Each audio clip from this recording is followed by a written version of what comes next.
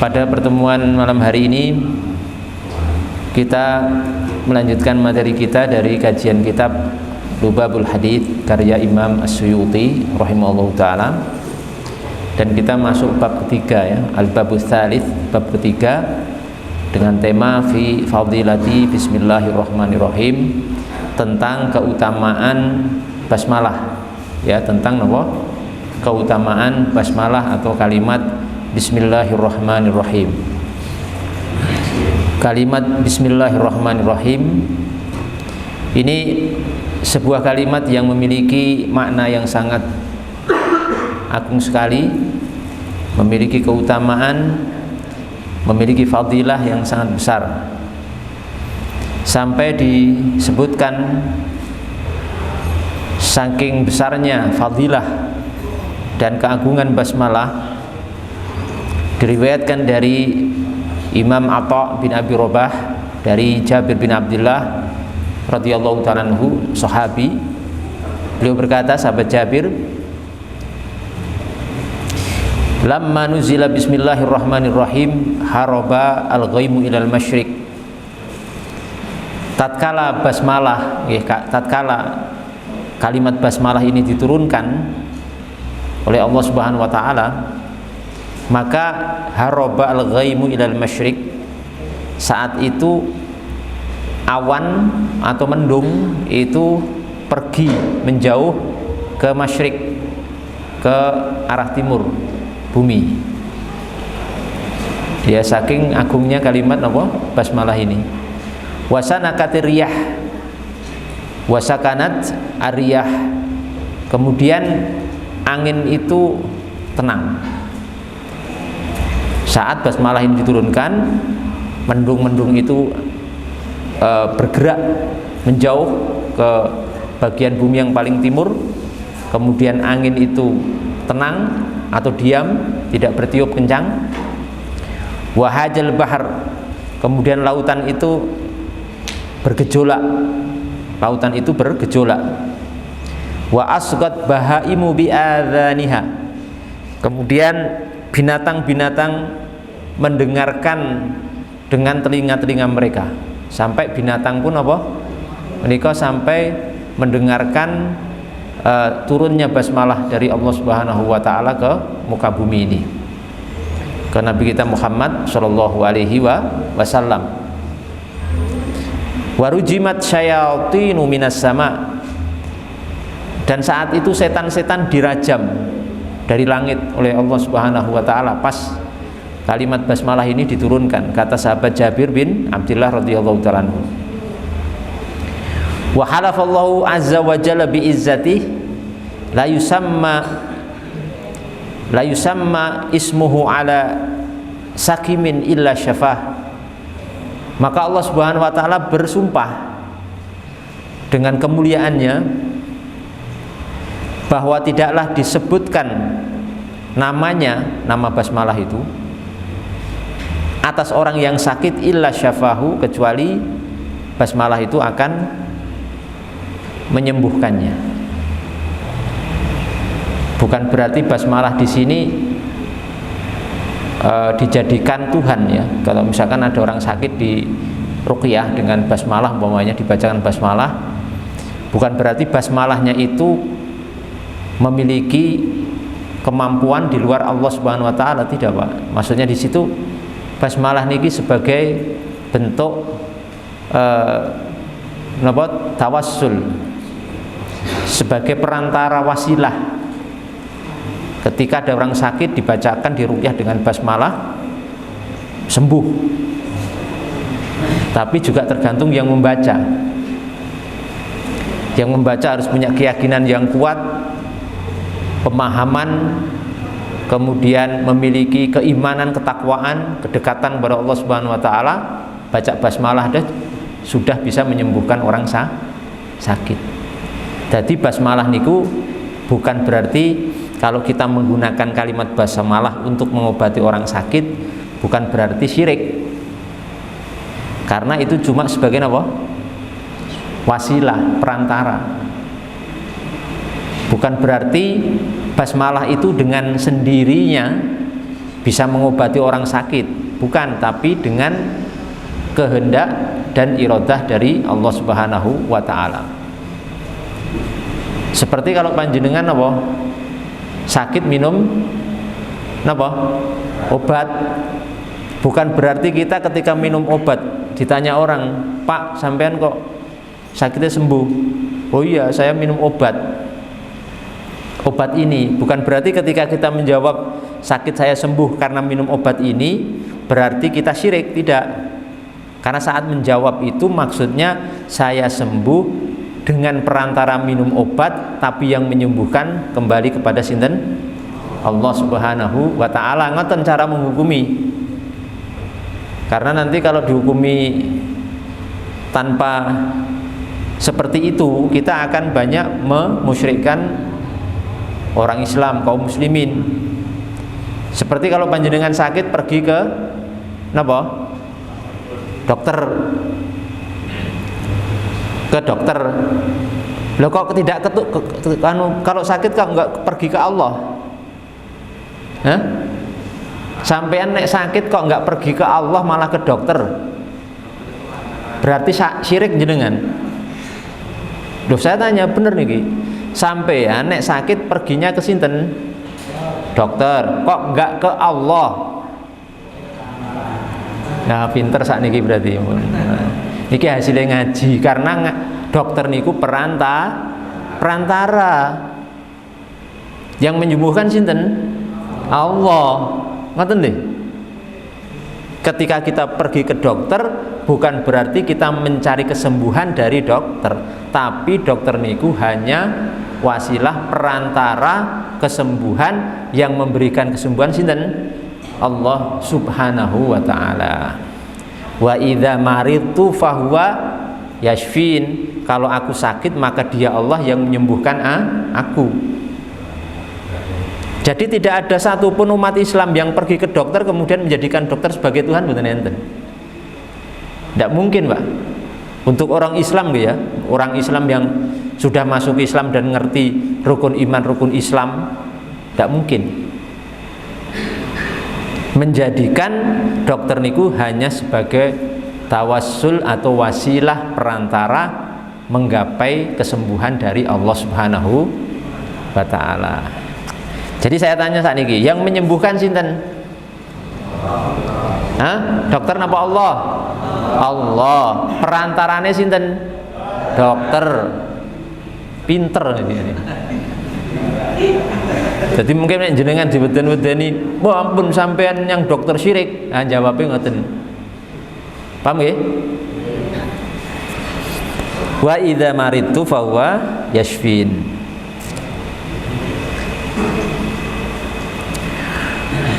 Kemudian kata Jabir bin Abdullah radhiyallahu ta'ala, "Wala yusamma ismuhu ala syai'in illa baraka fihi." Dan tidaklah disebut basmalah kepada sesuatu kecuali barokah fi, kecuali Allah Subhanahu wa taala memberikan barokah kepada sesuatu tersebut. Makanya panjenengan kita semua menawi kula panjenengan akan makan minum, monggo dibiasakan mengucap napa? Basmalah. Bismillahirrahmanirrahim. Salah satu faidah daripada pembacaan basmalah kepada makanan atau minuman yang akan kita makan, kita konsumsi, niku akan memberikan barokah kepada makanan tersebut. Barokah, Pak. Kadang makanan yang sedikit tapi bisa mengenyangkan karena barokah. Makanan yang sederhana kok bisa terasa enak, lezat, barokah. Makanan yang kita makan gitu barokah. Dengan makan menjadi perantara kula panjenengan sehat, bisa menjalankan perintah-perintah Allah Subhanahu wa taala. Dengan apa? Barokah. Kadang-kadang banyak makanan, minuman mewah, harganya mahal, tapi tidak barokah. Sebab mungkin tidak dibacakan basmalah ketika akan dikonsumsi, sehingga tidak menyimpulkan sesuatu yang positif. Kula panjenengan makan makanan mewah malah sakit, gitu, malah sakit. Pas makan makanan mewah, sholat malah nopo, males, ngantuk, karena tidak nopo, tidak barokah. Kemudian di akhir riwayat sahabat Jabir bin Abdullah radhiyallahu ta'ala mengatakan waman qara'a bismillahirrahmanirrahim dakhalal jannah, maka barang siapa yang membaca bismillahirrahmanirrahim maka dia akan masuk surga. Jadi monggo Bapak Ibu jamaah, rekan-rekan sekalian yang dimuliakan Allah Subhanahu wa taala, kita banyak berusaha untuk melantunkan kalimat apa? Bismillahirrahmanirrahim. Ajeng berangkat kerja monggo mengucapkan apa? Bismillahirrahmanirrahim. Dari rumah bismillahirrahmanirrahim. Ajeng naik kendaraan maos bismillah. Ajeng mencangkul di sawah mengucapkan bismillah. Semuanya dalam seluruh kegiatan kita semuanya. Sampai kula niku kalau mau napa? Pergi naik kendaraan apapun niku, mau sepeda motor, bus, kereta, apalagi pesawat.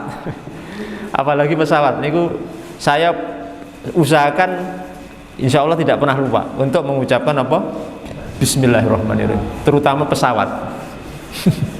Karena pesawat niku nek sudah ada masalah ya kemungkinan selamatnya kecil. Kemungkinan selamatnya apa? Kecil. Makanya jangan lupa untuk mengucapkan apa? Bismillahirrahmanirrahim. Bismillah. Bismillah niku artinya apa? Bismillah. Ba niku lil isti'anah. Bismillah artinya ba, huruf ba niku Pak.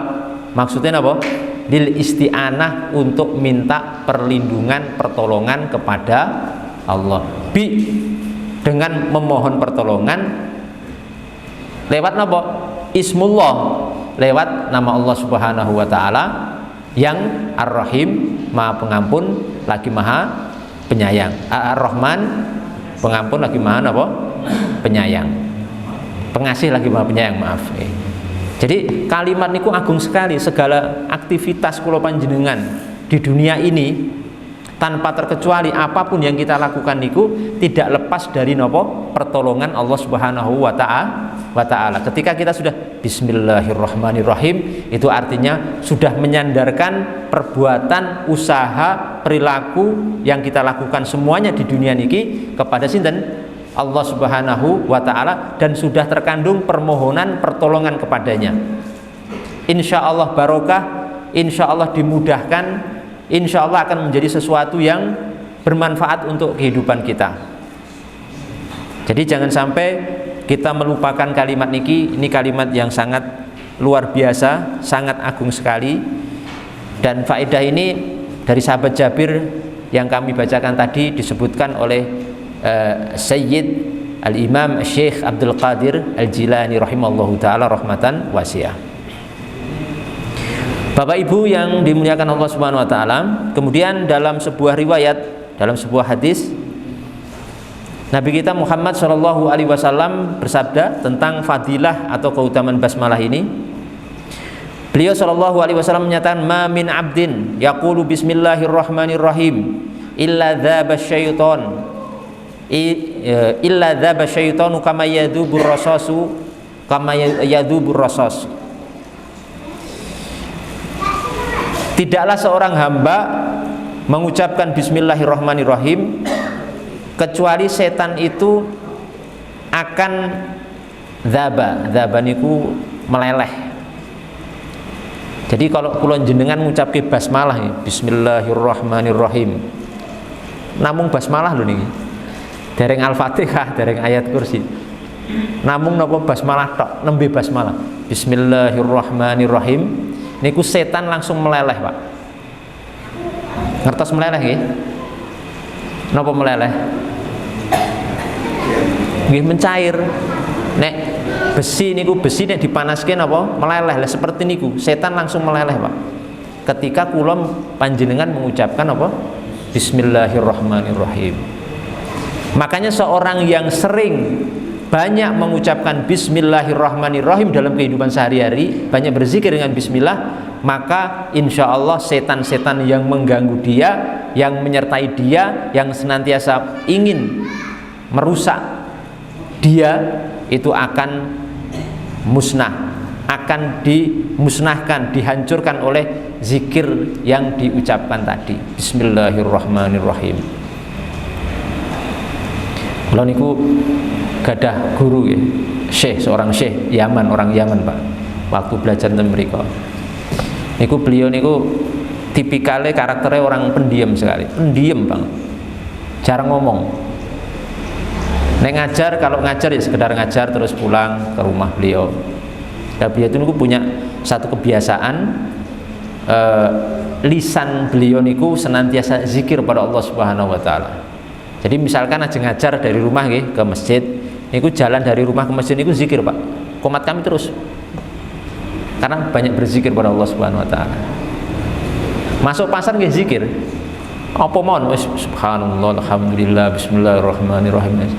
Dan saya lihat niku luar biasa nih, pengaruh zikir pada diri seorang itu, bagaimana wajahnya itu begitu adem, begitu sejuk, begitu menyenangkan, begitu wibawa. Ketika kita melihat beliau, melihat wajah beliau niku sampun menyebabkan kita niku ingat Allah, ingat akhirat, sekedar melihat wajah ulama yang banyak berzikir pada Allah Subhanahu wa taala. Setan langsung meleleh, Pak. Jadi kula panjenengan kalau di rumah nggih, di rumah kita merasa ada sesuatu mungkin yang kurang menyenangkan, hal-hal yang buruk, perbanyak saja mengucapkan basmalah, bismillahirrahmanirrahim. Diresapi tapi di bismillahirrahmanirrahim. Insyaallah dilindungi oleh Allah Subhanahu wa taala. Niku setan meleleh sebagaimana napa? Peluru yang masuk ke dalam api niku meleleh. Ini Bu. Sampai seperti itu ya. Sampai seperti itu. Khasiat dan fadilah bismillahirrahmanirrahim. Niki saya kasih amalan nggih. Tapi mboten kenging kula niki, bukan dari saya nggih. Satu amalan tentang basmalah ini saya nukil dari kitab Kasyifatus Saja Syarhu Safinatin Najah atau Syarhu Safinatun Najah karya Al-Imam Al-Faqih Al-Allamah ya Al-Fadil Muhammad Nawawi Al-Bantani rahimahullahu taala. Pokoknya segala sesuatu yang saya sampaikan bisa dipertanggungjawabkan, Pak. Semua ada referensinya, ada rujukannya, bisa dipertanggungjawabkan dunia akhirat. Karena bahaya nggih menyampaikan ilmu agama niku jangan sampai muncul dari diri kita sendiri. Kita bukan ulama, nggih. Kita tidak punya ilmu tapi menyampaikan ilmu agama dari diri kita. Jangan-jangan itu hawa nafsu kita. Tapi nek pun ngeten niki ulama, Pak. Ulama yang sudah diakui dunia internasional. Ulama yang diakui oleh ulama. Nek kula jenengan niku boro-boro diakui oleh ulama. Ulama nggih mboten, diakui nggih mboten. Kalau bicara agama tanpa referensi bahaya. Nanti pertanggungjawabannya tentang akhirat niku besar sekali. Tapi nek pun ngeten niku kita pun menyerahkan kepada ulama. Ulama niku nek salah tetap dapat pinten? Satu pahala. Ulama niku nek salah tetap dapat satu pahala. Nek benar dapat pinten?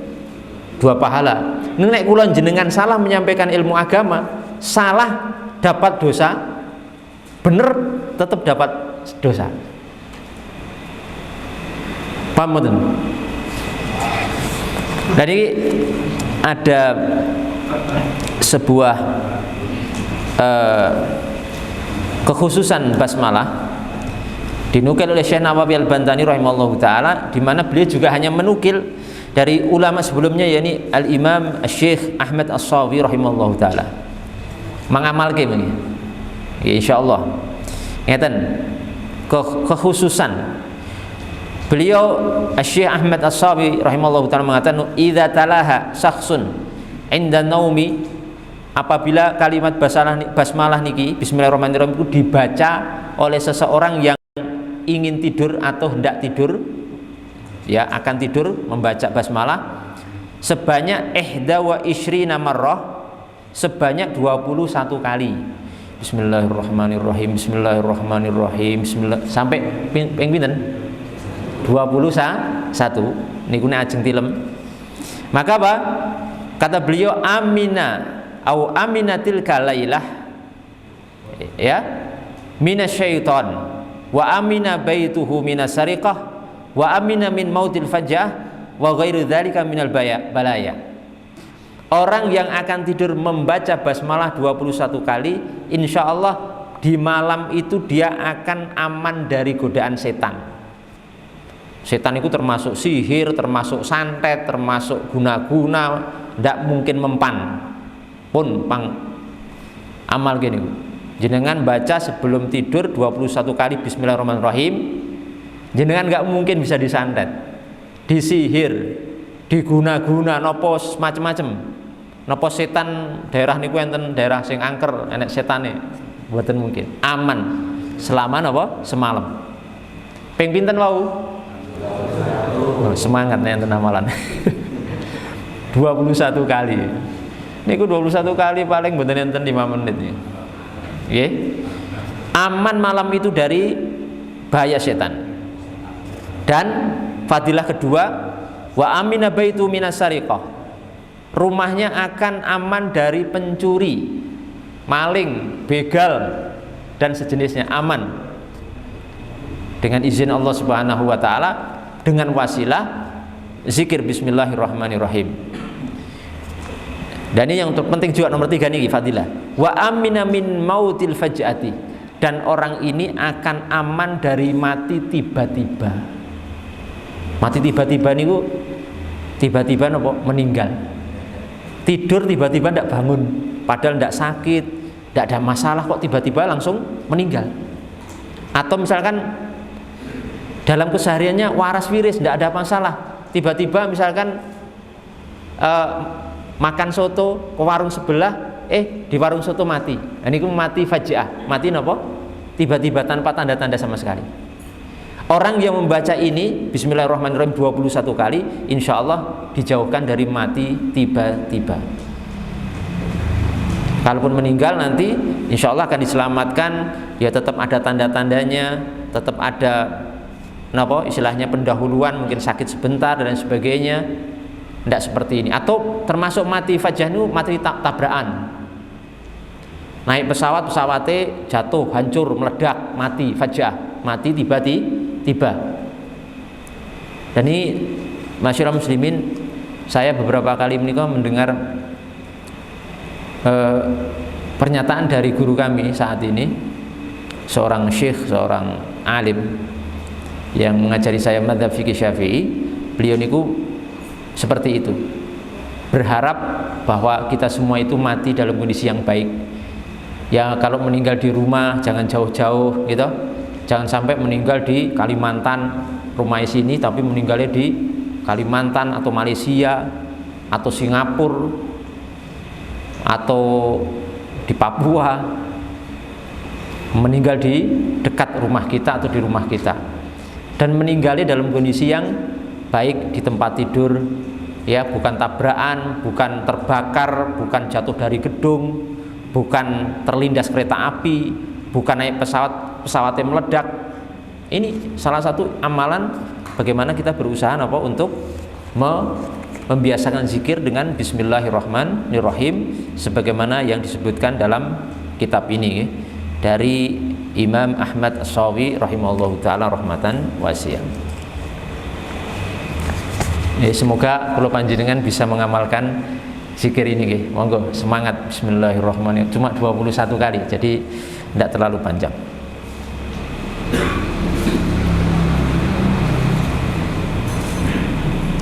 Kemudian hadis yang berikutnya tentang keutamaan bismillahirrahmanirrahim di sini, Nabi kita Muhammad sallallahu alaihi wasallam bersabda, "Ma min 'abdin yaqulu bismillahirrahmanirrahim illa amarallahu ta'ala kiramal katibin ayaktubu fi diwanihi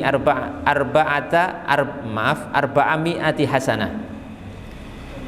Tidaklah seorang hamba mengucapkan bismillahirrahmanirrahim kecuali Allah Subhanahu wa taala akan memerintahkan para malaikat al-kiram al-katibin, para malaikat pencatat ya amal, untuk menulis di catatan amalan orang ini berapa? Arba'ami'ati hasanah, 400 kebaikan. Sekali kula panjenengan mengucapkan bismillah sekali niku ditulis pinten? 400 kebaikan di sahifah, di catatan amal kula panjenengan Di buku itu yang nanti akan kita baca, akan kita tahu di hari kiamat. Membaca basmalah cuma pinten sekali, tapi hasanahnya 400 ya, 400 kebaikan nilainya niku. Luar biasa nggih. Jadi bagaimana Islam niku menyediakan berbagai amalan-amalan yang sangat ringan, gratis, mudah, dan pahalanya besar di sisi Allah Subhanahu wa taala. Cuma basmalah, Pak. Bismillahirrahmanirrahim. Jadi kalau panjenengan misalkan sehari berapa kali ya? Mau bekerja bismillah, mau makan bismillah gitu, mau naik kendaraan bismillah, sampai pulang, sampai dari pulang kerja jeng masuk rumah pun bismillah. Bahkan sebagian ulama mengatakan kalau bisa ditambah bismillah dan surat al-ikhlas sekali, Pak. Nek ajeng masuk rumah, Bismillahirrahmanirrahim, qul huwallahu ahad niku sampai akhir. Nek ajeng masuk rumah pas kula panjenengan pulang dari bepergian, amalkan niku. Berapa ribu kebaikan yang tertulis untuk kita. Padahal cuma sekalian pun 400, Pak. Pun pinten? 400. Bismillah, modal bismillah 400 kebaikan. Nek sehari 10 kali berarti pinten? Pun pinten? 4.000. 4.000 niku mboten modal napa-napa, modal abab. Niku 4.000 hasanah. Tidak perlu pakai duit, tidak perlu pakai biaya, cuma membaca Bismillahirrahmanirrahim karena keagungan Bismillah yang sangat luar biasa ini. Ya, niku nanti malaikatnya nanti bingung nyatet. Bismillah kan nyatet 400 ya, 400 lagi kan nanti bingung, malaikatnya nanti bingung napa? Repot nyatet. Pahala kula panjenengan karena sekali mengucapkan bismillah pendek tapi nyatetnya suwe napa 400 kebaikan, ya kan? Kita bisa merepotkan malaikat niku gara-gara niku. Ya. Ini ada satu rahasia ya, ada satu rahasia. Kenapa bismillah niku diawali hurufnya ba? Huruf hijaiyahnya napa? Ba bi ya. Bismillahirrahmanirrahim. Kenapa bukan huruf yang lain? Ini saya tertarik fakta ini. Dijelaskan ada seorang ulama namanya Sayyid Bakri Al-Makki. Niku putra daripada Sayyid Muhammad Satta Dimyati rahimallahu taala. Itu dalam kitabnya Kifayatul Adqiya wa Minhajul Asfiya. Kenapa kok basmalah niku diawali dengan apa huruf? Harfu ba, bi. Rahasianya ngeten, Pak.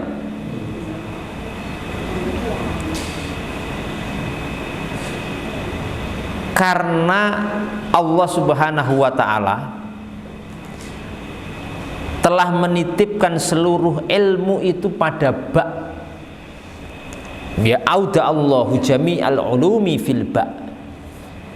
Rahasianya di ba niku merupakan sumber dan pusat seluruh ilmu di alam semesta itu tersimpulkan di huruf ba. Ba dalam arti di sini bi kana makana wa bi yakunu ma yakunu fawujudul awalimi bi. Karena apa? Bi dengan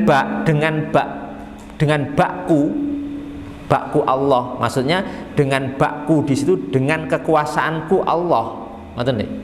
Bi kan wau pun kula jelasin apa? Ba lil isti'anah. Ba niku untuk pertolongan Allah. Kalau kula jenengan ngucape bismillahirrahmanirrahim dengan meminta pertolongan Allah, menyebut bismillahirrahmanirrahim. Lah bi nggih, bi niku kana makan dengan kekuasaanku, dengan bakku, dengan kekuasaanku Allah, kana makan apa yang sudah terwujud itu terwujud.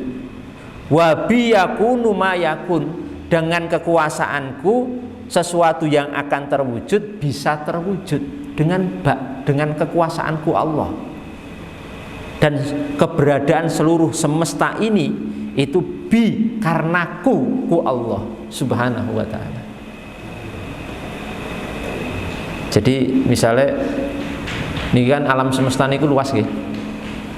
Enten langit, enten bumi. Nggih mboten? Langit men saf 7.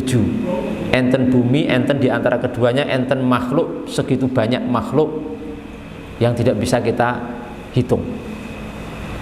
Dahsyatnya dan hebatnya semesta ini. Niku sebabnya ada kenapa? Karena Allah. Karena Allah Subhanahu wa ta'ala. Kalau bukan karena Allah tidak mungkin. Di balik niki enten pencipta alam jagat raya nggih menika sinten? Allah Subhanahu wa ta'ala. Maka kita bisa hidup, kita bisa mati, semua itu karena Allah Subhanahu wa ta'ala. Yang ada jadi ada, yang akan ada bisa ada. Makanya misalnya ngeten, kula panjenengan makan kok bisa kenyang niku sebabnya apa? Sebabnya makan makanan yang kita makan dengan kehendak sinten? Allah Subhanahu wa ta'ala. Nanti ada Pak enten tiang makan niku mboten iso kenyang. Karena Allah tidak kehendaki. Jadi jenengan kula jenengan ampun sombong bahwa seolah-olah kalau kita makan niku yang membuat kula jenengan kenyang niku karena makanan itu bahaya. Sebab makanan tapi kehendaknya tetap sinten? Allah Subhanahu wa ta'ala. Buktinya apa? Ashabul Kahfi ratusan tahun tidur di goa tanpa makan, tanpa minum, tapi tidak mati. Kita kisah Ashabul Kahfi niku di goa ratusan tahun tidak makan, tidak minum, tapi tidak mati. Jadi memang masalah hidup mati kenyang tidak niku bukan karena semata-mata makanan atau minuman, tapi karena kehendak daripada Allah Subhanahu wa ta'ala.